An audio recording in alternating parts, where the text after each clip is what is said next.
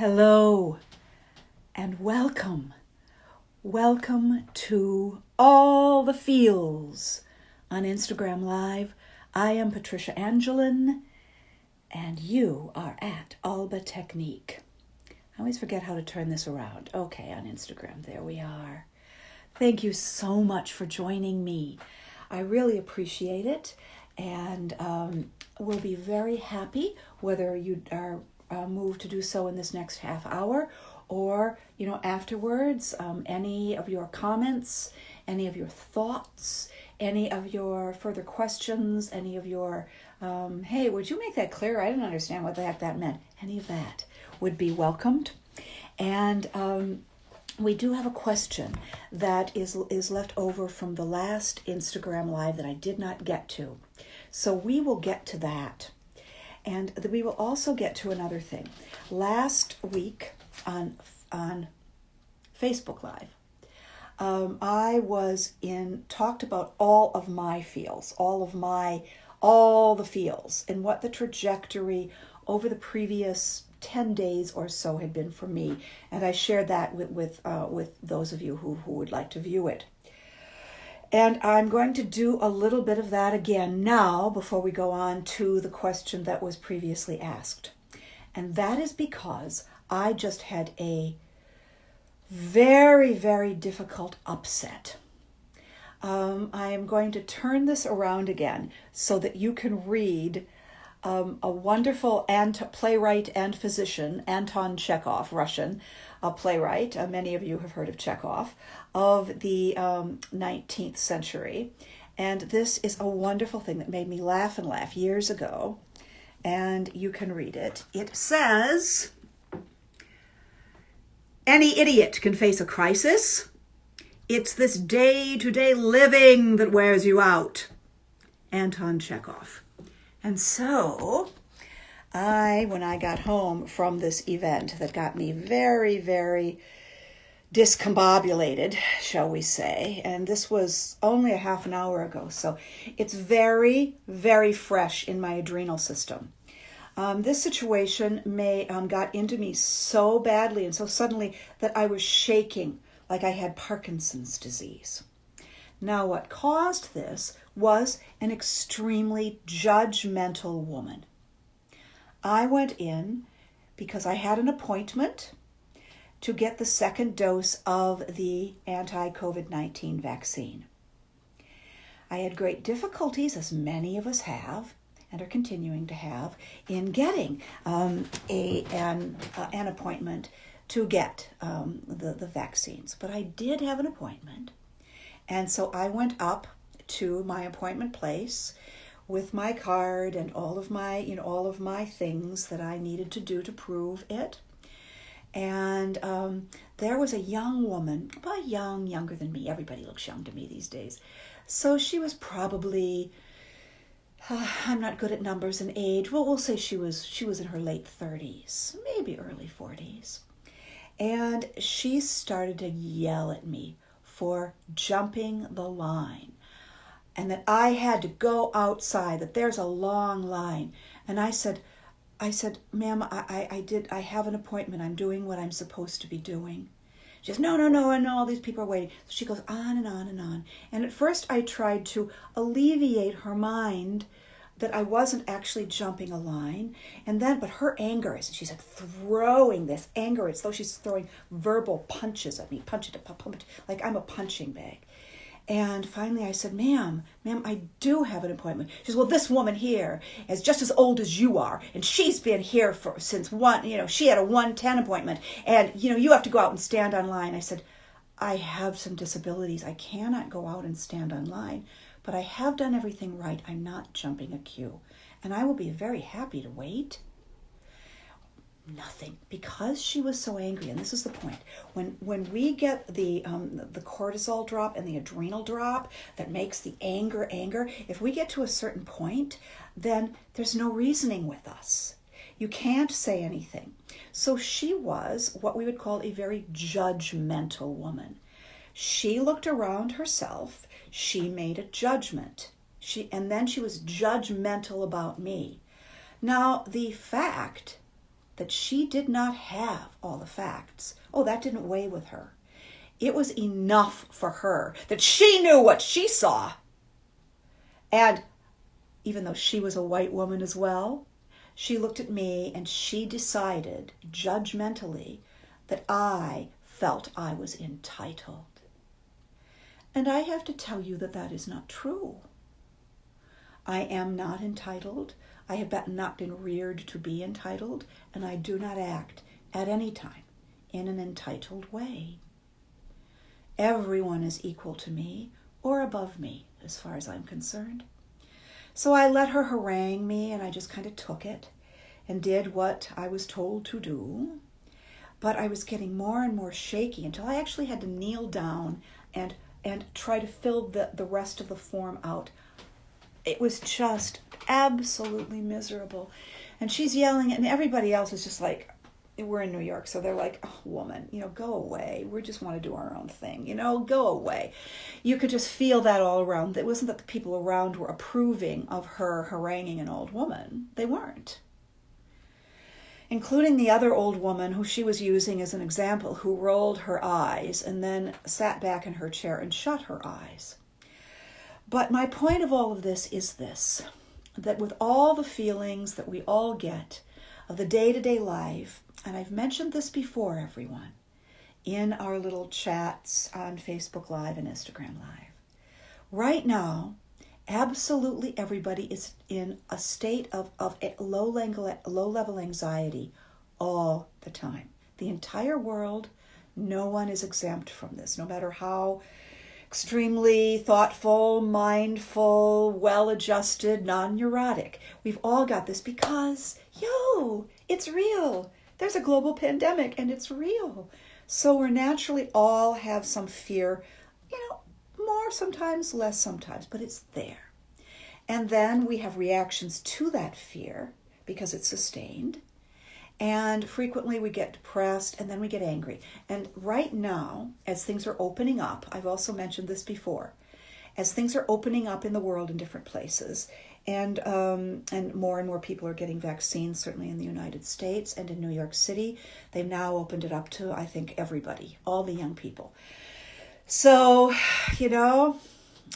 she's making her judgments, and she says, I'm gonna complain to Duane Reade. I said, yes, ma'am, you do that. You go right ahead. If that is what you feel you need to do, I understand. Please do complain. So off she goes, and she stomps, and she comes back, and she stomps, and she comes back. And finally she comes back to harangue me some more. Don't know whether she was successful in her attempts to complain to Duane Reade officially or not. Don't know, don't care. And she come back and she starts haranguing me again. And finally I said, ma'am, please, hush, please. Don't tell me to hush. You can't tell me to hush. Well, this is the thing that is really bad. If she's so into justice, and she clearly was, she's into justice as she sees it, then what is just about not listening to another person, about making a judgment based upon inadequate and incomplete information, and then spewing it out in a way that makes one person absolutely miserable, but also everybody around miserable, because her anger was it was focused at me, but it was also then became very, very generalized. And I can guarantee you that she's going to go onto social media. She's going to report on this. She's going to say this horrible, entitled person, blah, blah, blah. She's going to complain. She's going to, oh my goodness. So I have several things to say about that in all the feels. And that is, be kind. Everyone is bearing a terrible burden. Everyone. I think that is a quote from the philosopher Plotinus. I'm not sure. It might be Plotinus, who was a Neoplatonian, Plato, you've heard of Plato, Neoplatonian philosopher in the 3rd century. So he, I think, was born in 204 and died in like 270 in the Common Era AD. And He said very many beautiful things in Neoplatonian, and it is simply a fact that we are all burdened. The day-to-day life is particularly difficult for now. We are all very emotionally reactive. And two of my best friends have a real commitment to justice in a particular way. They always have had for the past 40 years that I've known this one friend, and 41 years that I've known the one friend, and almost 25 years that I've known the other, both women. And there is a very great spiritual director, now dead, in the Christian tradition, who wrote a book on spiritual direction. And he said, when you're working with a person for spiritual direction, you'll find that the individual has a favored way that he or she came in with of relating to the divine.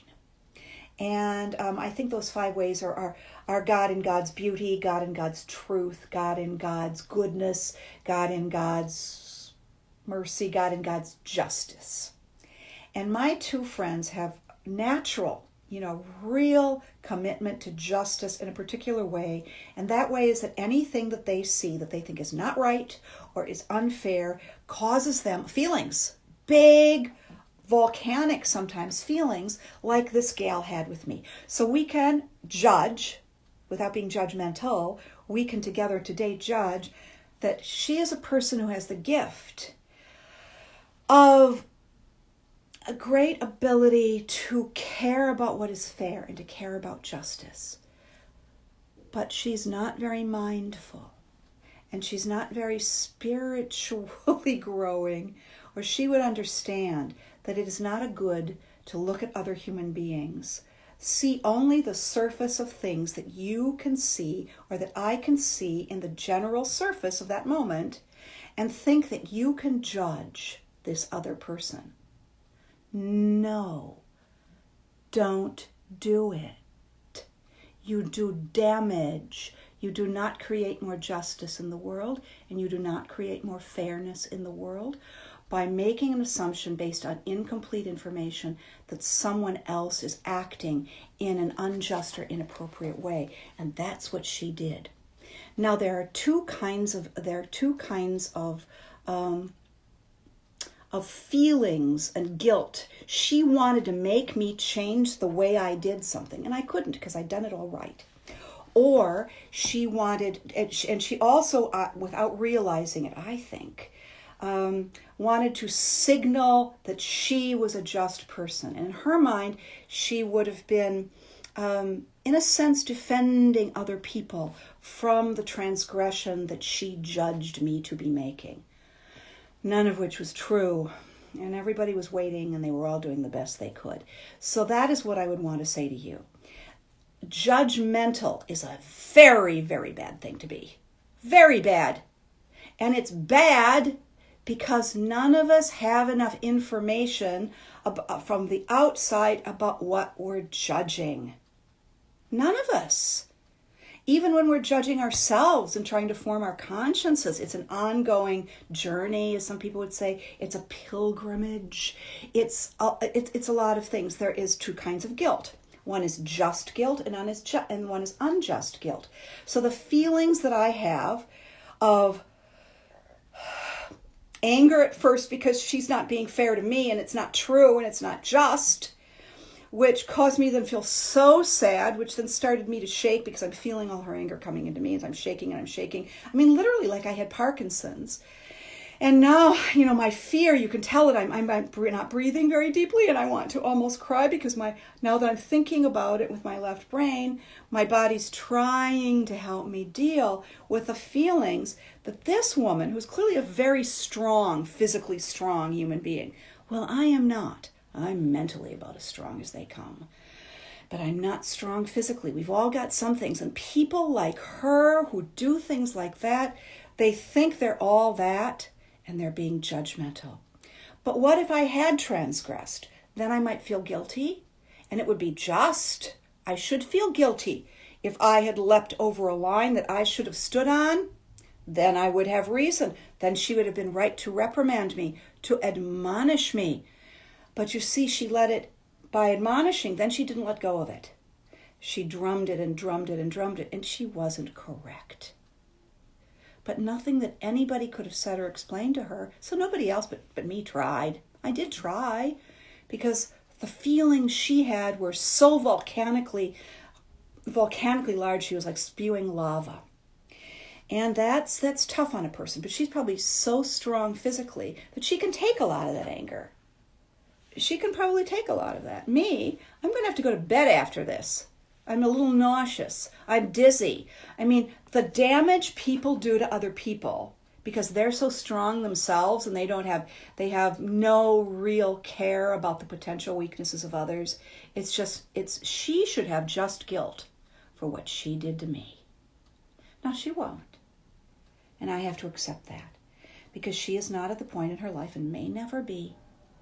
She may be one of these lions of the world, as I call them, who's so physically strong that it just doesn't occur to her that some people have to do things differently than other people. And if she can't see it with her eyes and it's not concrete to her, oh my goodness, is she going to judge it? Judgy, judgy, judgy. And this is how judgmentalism has gotten a deservedly bad rap. But there is just guilt and unjust guilt. And I know I have nothing to feel guilty about. But if I started to feel guilty because of how upset she was about the whole thing, that would be unjust. But if I had transgressed and I didn't do things right and I should have been standing in that line that she thought I should stand in, then that would be just guilt. There's the difference between the observer's, the objective and the subjective. And right now, too many people in our world feel, this is all the feels that we're at, too many people feel absolutely justified in making judgments about other persons based upon what they feel. This person does not have enough information about this person, but this person is on at that person and on at that person, judging that person according to this person's standards and knowing nothing about the situation of this person. So, think about it a little bit philosophically. Think about the objective and the subjective. Think about being kind because none of us have all of the information about another person or another situation at any given time. So please, as Plotinus said, be kind. Everyone is bearing a terrible burden. She had no way of knowing anything whatsoever about me or anything whatsoever about me in that situation. All she saw is I was white, and she was too, but she jumped to an incorrect assessment on her part based on nothing at all, that I was entitled and acting in an entitled way. And it quite simply was not true. So I am very, very upset. I'm very fluttery. I'm feeling anxious. I'm feeling sad. It's going out and out about the fate of the world and all of how difficult this whole vaccine rollout is. So that is what is happening with me. And just like last week, talking about the elephant in the room, some of you are extremely sensitive. So listening to this, watching this, you might have sensed some of what I have spoken about. But day-to-day life is difficult. And right now, emotionally, day-to-day life is really difficult for everybody, not just for me. But please don't when you feel anger come up at a situation or somebody else, please pause. Please take a breath before you speak, before you vilify another person. And be aware that you do not have all the information. And be kind to that person, even if you think it is yours to act.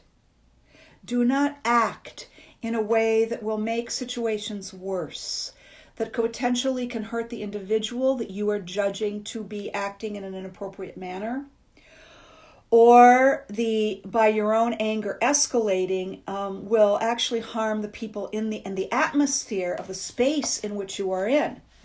A lot of these people are just they're completely unsensitive to atmospheres, and that is something to be mindful about, I think.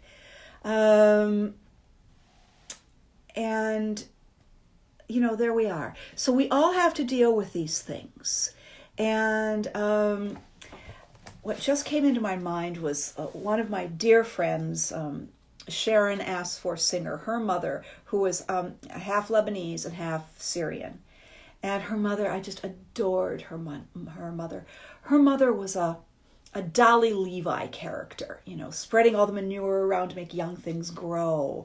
And I always made sure I was around to have the great joy of tasting her Syrian bread. I knew which day she made Syrian bread. And as a kid, I would go to get Syrian bread from Mrs. Asfor. But her daughter was in high school at one point, the story went, and she was complaining to her mother that people were being mean to her. They were being mean, they were being nice, blah, blah, blah, blah, blah. She wasn't popular. And the mother was making her Syrian bread. And finally, she turned to my friend's older sister. And she said, "Jackie." And she goes, "Yeah, Mom." She said, "Jackie, we're in Holy Week. Jesus Christ, they hang on a cross. But you, they should like." Isn't that marvelous? Jesus Christ, they hang on a cross, but you, they should like. She shut up. Oh my gosh. So we're all going to have people yell at us. We're all going to have reactions. And sometimes, probably even most of the times, it will be unjust toward you when the person yells at you. So what we can do is assess the situation. First of all, is the person admonishing me? Is she right? Should I change the way I'm doing something in this situation? And then if I judge that no, despite the anger she's spewing at me, I am doing it right, she just doesn't see that, one might try to explain to the person, but if the person is at a certain level of anger and she's self-righteous, which this woman was, very, very virtue signaling. Everybody had to know that she was the righteous one in the room. Well, of course she wasn't. But for whatever reason, neurotic reason, she needs, that's her approach to what's just and what's not just. So what I need to do is let go of it. When I finished with everything that was mine to do, a gentleman, came up to me who'd also been, hanging out waiting in the line. And I think he was from Italy. And he said, please, he could see that I was upset and very hurt. And he said, "Please do not be upset. She did not know of what she spoke." I said, "I know." He said, "So please, why are you upset? Why are you upset with her? Let it go, let it go." I said, "Thank you. Thank you very much. That helps." So he was being kind. He was trying to ameliorate the feelings that came up in me. But the feelings that came up in me were deleterious to my health. So I would ask everyone listening to this, when you're dealing with your own feelings, please attempt not to be deleterious to your own health, but the health of other people by speaking out of your anger. If you're angry, it's for a reason. You've got to figure out what it is, but you don't want to do actions from out of that place. Okay, so that's what I had to say about that. Now, here's the question from 2 weeks ago. Okay, my observation turned into a question. I basically have asked you this in the past, although within a different thread of thoughts.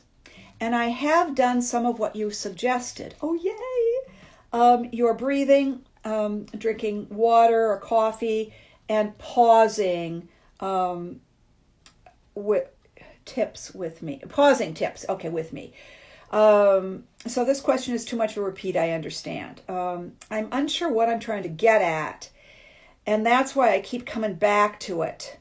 So my observation turned into a question. I do not know how to show expressiveness in my body when mentally I'm frustrated. I know my whole body tenses up. How does one keep emoting and being them when they are annoyed mentally? Oh, wow. Excellent question. What I would want to tackle about this is what she says about, she's quite right, when we're frustrated, our bodies tense up in one way or another. That's just human. It's going to happen to me. It's going to happen to you. As a matter of fact, with the story I told you about, my situation this afternoon, when I started to shake like I had Parkinson's, that was my body's way of getting rid of the anger that had come into my body from her that was tensing everything up, that my limbic system knew was not good for me. And so I started to shake. I mean, it was embarrassing, actually, because it would have been visible to everybody. It was small, but it was as though I had advanced Parkinson's. And I was trying to fill out a form, of course, so it was difficult. So the body, when you're frustrated or annoyed or pissed off, and the madder you get, the more the body gets tense. In different ways, in different parts of the body for different people. But for all of us, tension is added in the body. Anger of any level at all is a tense body patterning. That is why, even if from the aspect of anger, that is just like if I'm looking strongly into you and looking at one point, that's an aspect of anger. I'm totally not angry at you, but I'm focused. I'm really focused. I'm focused on communicating this to you guys. And so there is tension in that. And that, questioner, is not a bad thing. That is normal. That is natural. It's not something you have to get rid of. And so how does one keep emoting and being them? Here's what I want to reassure you of. You're still being you, questioner. Madam Questioner, because I happen to know who you are. You don't stop being you. You don't stop expressing in your body. You are expressing.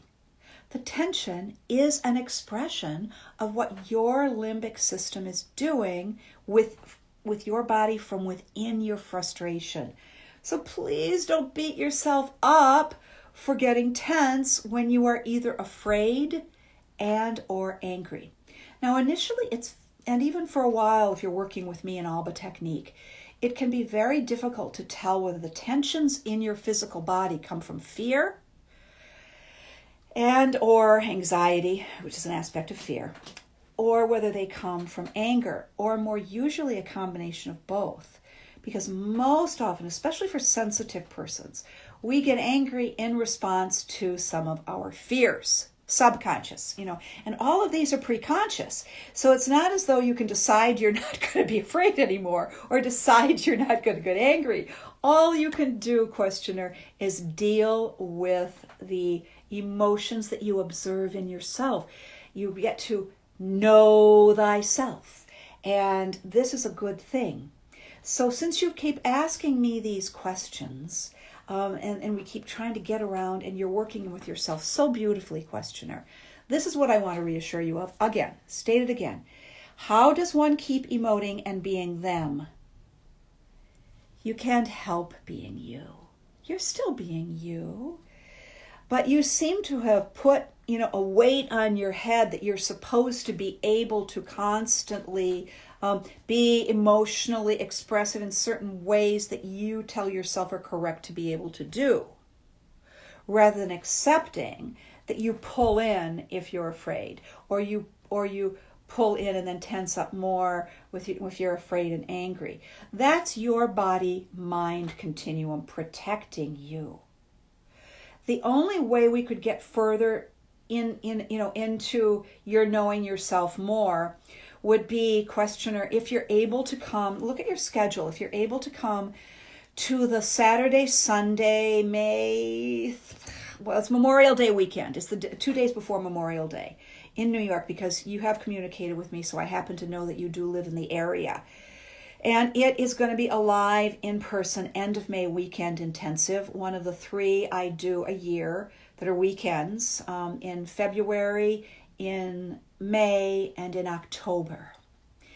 And that's when you would begin, it would be just the beginning, but you would be able to get to know yourself and your own emotions through the particular modality created by Susanna Bloch and colleagues, entitled Alba emoting. The Alba emoting emotional effector patterns are what the body does when in a certain emotion, pure emotion. So by doing these things, which we cannot do online, it's not ethical and it's not moral, and the founder strictly forbade any of us to do any Alba emoting online. So unfortunately, we have to wait for that until you can get to me in New York in February, May, or October, or get to me in Ireland for the very and wonderful intensive week intensive. I was meant to go to England as well and the Netherlands, but COVID came in. So we'll do the best we can. I teach online Qigong in a 3-session thing. That just was over. I don't know when I'm offering it again. And somatic sensing. If you look on the Alba Technique website, there's 5 sessions of how to sense your own body. And if you can take those, that will prepare you for the Alba emoting work. But meanwhile, questioner, you're fine. Don't beat yourself up for becoming less, fluid in your expression. You're still yourself. You're not being less you when you can't express when you're frustrated. Please don't beat yourself up about that. And we'll talk about that some more later. So I will say goodbye to you. I'm going to turn the camera around so that again you can see this wonderful, wonderful quote from our own playwright Anton Chekhov. Any idiot can face a crisis. It's this day-to-day living that wears you out. Oh, thank you. Somatic Sensing class starts April 28th and will continue 5 Mondays at 1:30 p.m. If any of those listening say, oh my gosh, there's no way I can attend an hour and a quarter class on Mondays during the workday, I would be willing to create another class in the evening if enough of you respond that yes, you'd like a somatic sensing class online, and but you'd need to do it in the evening. I would create one for you, but we would need several people to want to do it. Thank you so much for being with me, and I will see you, I hope, next week on Facebook Live.